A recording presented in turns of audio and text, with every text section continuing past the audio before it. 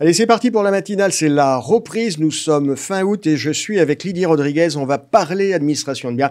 C'est la matinale d'investissement conseil, profession CGP, gestion de fortune, patrimoine 24. Lydie, bonjour. Bonjour Frédéric. Lydie, vous êtes présidente du groupe Eliade. On est ensemble pour faire le point sur votre actualité.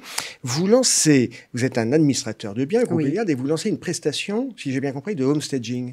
C'est ça ? Oui, c'est un petit peu ça. C'est une prestation de homestaging qui se prête au logement issu d'une première opération d'investissement dont bénéficient les investisseurs et qui ont bénéficié d'un avantage fiscal.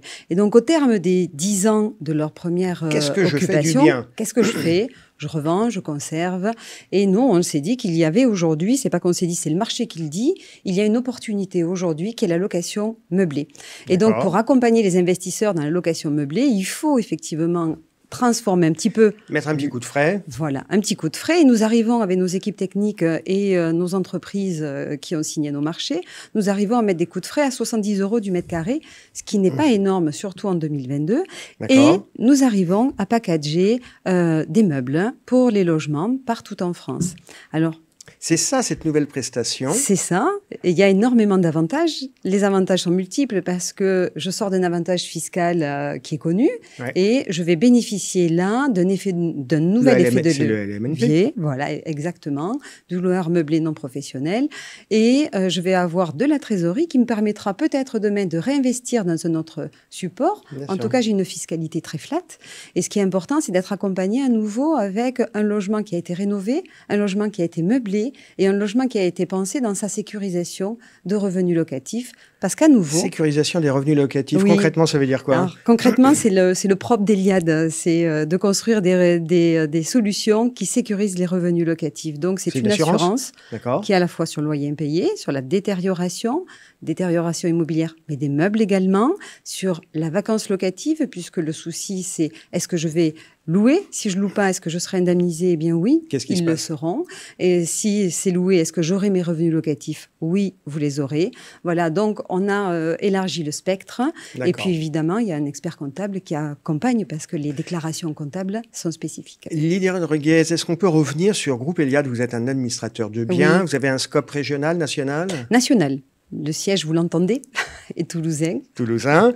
Ça existe depuis combien de temps? Et puis surtout, sur la place des administrateurs de biens, il en existe un certain nombre. Qu'est-ce qui vous différencie? Alors, on est Eliade, donc effectivement, 16 ans, c'est presque 170 collaborateurs partout en France, avec également un réseau de mandataires qui nous permet de représenter et d'être actifs partout en France. Et ce qui va nous différencier, c'est que notre cœur de métier, c'est l'immobilier neuf à destination des investisseurs et à destination des promoteurs et conseillers patrimoniaux qui ont besoin de support. Les conseillers patrimoniaux, les promoteurs ont besoin d'études de marché pour valider que le concept qu'ils proposent sera... Ça tient la route. Voilà, tiendra la route ou sera attendu là où ils l'ont prévu.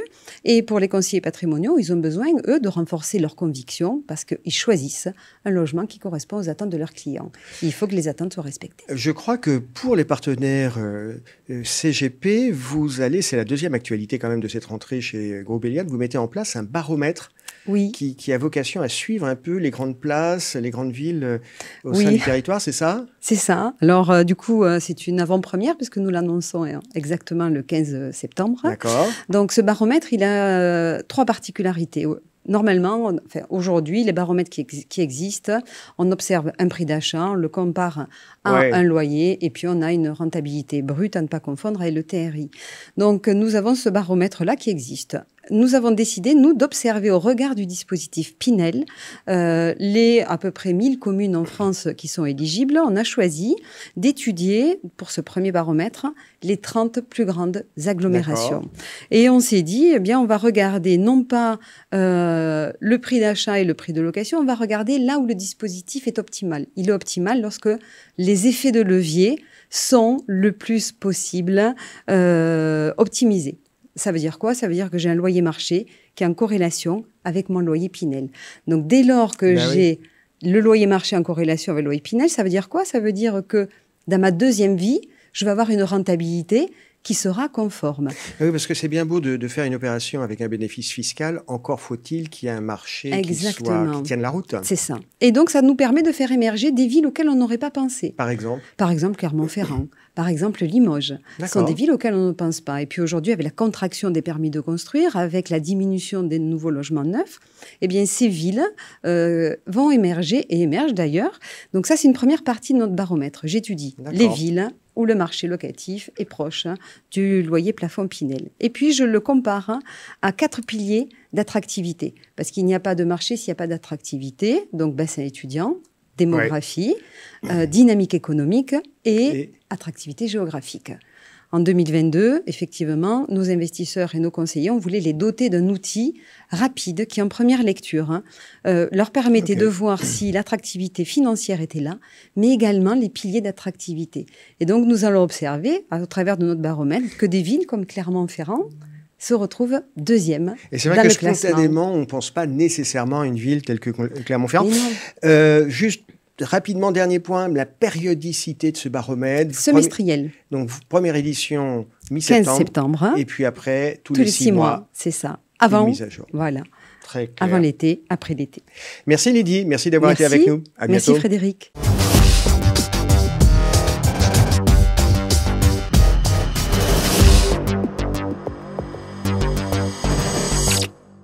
Allez, on continue la matinale. Je suis maintenant avec David Chegouri. David, bonjour. Bonjour Frédéric. David, vous êtes le directeur général France de Stanhope Capital. En effet. Stanhope Capital, pour aller vite, c'est un multi-family office international, c'est ça? Alors en fait, c'est plus précisément un gestionnaire d'actifs au sens large, puisque nous gérons de grandes fortunes, 250 grandes fortunes dans le monde, mais aussi des investisseurs institutionnels, que ce soit en Angleterre ou dans le monde, une cinquantaine d'institutionnels. Donc on se considère plutôt comme un gestionnaire d'actifs plutôt qu'un multi-family office.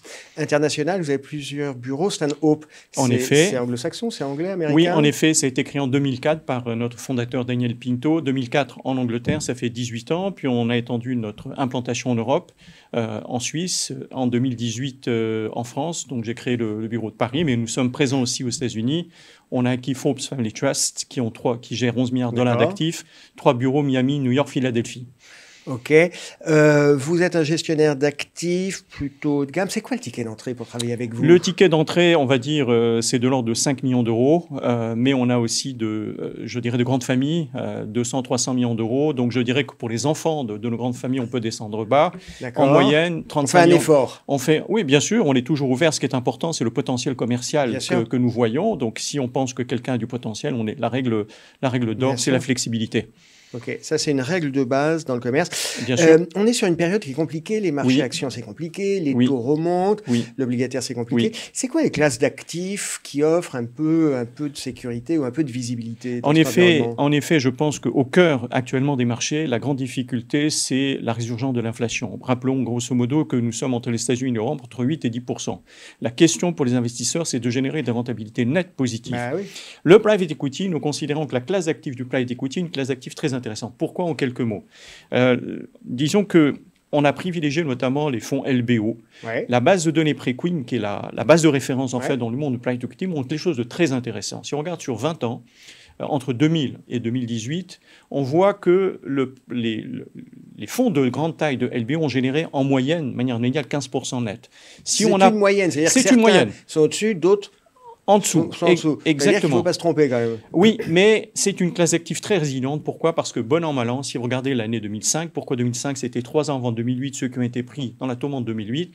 Eh bien, bon an, mal an, cette année-là, la pire sur 20 ans fait 9% net. Donc, résilience.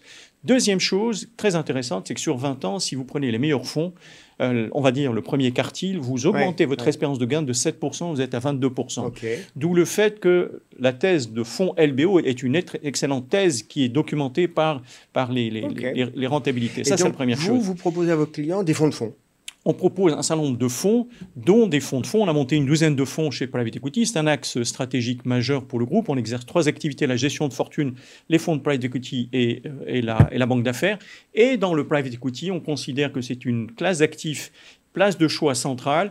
Cette classe d'actifs, on a monté des fonds de fonds. Pourquoi des fonds de fonds? La diversification, comme on l'a dit. Et on a pris le problème à l'inverse, à savoir que c'est très difficile d'avoir accès à ces fonds-là. Il faut environ 10 millions de dollars pour entrer dans ces grands fonds. Ticket, malheureusement, à ma connaissance, tout le monde ne peut pas mettre 10 millions de dollars dans un fonds. Donc, on a décidé de, entre guillemets, démocratiser et de descendre les tickets à 250 000 euros. Pour 250 000 euros, vous avez accès aux meilleurs fonds au monde, 3-4 aux États-Unis, 3-4 en Europe. Okay. Et à côté de ça, vous avez une diversification. Voilà, donc c'est beaucoup de mérite. Donc, l'espérance de gain pour notre premier millésime qu'on a monté en 2015, on est actuellement sur du 20% net. Okay. Donc, et actuellement, on est en levée de fonds pour les fonds 3 et 4. Donc, nous estimons que c'est une classe d'actifs de choix. Nous garnissons le portefeuille d'environ une vingtaine de pourcents que nous saucissons en différentes tranches, c'est-à-dire qu'on ne mettons pas 20% sur un fonds pour les investisseurs capables d'accepter la diversification. La diversification. La règle de base, quel que soit le niveau de fortune. Et donc, on diversifie sur 4-5 fonds. Donc, on achète un fonds en 2015, un autre en 2017, un autre. Donc, on lisse à la fois le fonds et on lisse de manière géographique. Donc, il y a un modèle robuste qui permet d'espérer des gains en rentabilité importantes. David, est-ce qu'on peut parler un peu futur, macro? On est sur un environnement, donc on a évoqué une classe d'actifs qui vous semble particulièrement résiliente, le private equity. On est sur un environnement, on a l'impression de naviguer à vue. Vous voyez quoi, vous, chez Stanhope? Alors, je dirais qu'il y a on va dire la visibilité à court terme, la visibilité à long terme. La question clé actuellement, on l'a dit, c'est l'inflation. Derrière l'inflation, est-ce qu'on est en train d'avoir une décélération de l'inflation ou pas? On a eu quelques signes encourageants il y a très récemment et on a vu un puissant rallye haussier sur 6 semaines. Il y a eu une petite correction récemment. La question, c'est est-ce que c'est un rallye, un bear market, un rallye dans un bear market ou est-ce qu'il y a une possibilité de rebond? Je dirais que nous, actuellement, à court terme, on est défensif. On a positionné le portefeuille pour défendre. On a diminué notre allocation pour un portefeuille équilibré, par exemple. On est descendu à 40 au lieu de 50%. On a des actifs diversifiants tels que l'or, les matières premières, une dizaine de pourcents. On n'aime pas les obligations, une dizaine de pourcents. Et le reste, c'est soit des hedge funds, soit du private equity. Et dans les hedge funds, vous avez des global macro ou du long short. Ça, c'est à court terme. Maintenant, à moyen terme, nous estimons que la probabilité pour que l'inflation baisse, elle est significative. Rappelons que Jimmy Dimon... Moyen terme, c'est... Moyen terme, 18 mois. OK, donc, en fait, rappelons la global picture, comme on dit. La global picture, c'est que si vous êtes positionné en action sur le moyen long terme, sur les marchés actions américains, vous allez faire de l'ordre du 7%. Donc, il y a une espérance pour que dans un cycle sur 18 mois et après 18 mois, l'inflation baissant de l'ordre de 3%, vous allez faire de l'argent. Entre-temps, comme la visibilité n'est pas bonne, on protège nos portefeuilles. Il faut faire le dos rond. Il faut faire le dos rond. Ça sera le deuxième enseignement, entre guillemets, le deuxième rappel en tout cas, diversification et puis toujours gérer les portefeuilles dans le temps. Merci David d'avoir été avec nous. Avec plaisir, c'était un plaisir. À bientôt.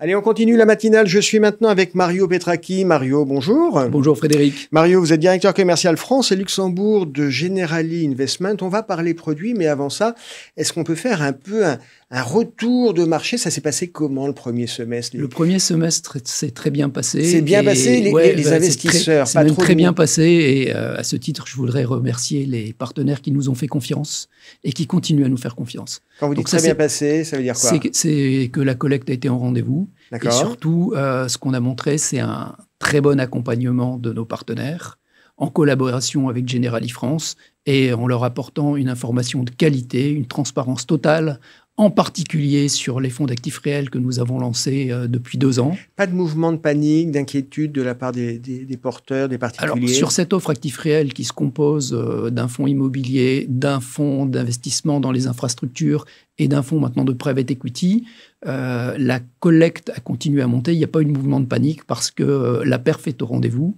et en fait parfaitement alignée sur nos attentes.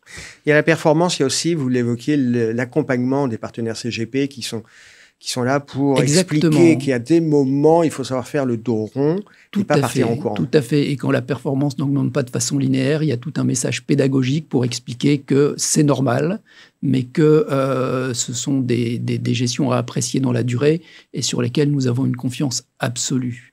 Et qui sont totalement diversifiantes, très bien adaptées au contexte actuel et en particulier pour les infrastructures, bien adaptées au contexte inflationniste qu'on est en train de vivre. Qu'est-ce qu'on voit pour le second semestre? Vous abordez la rentrée comment?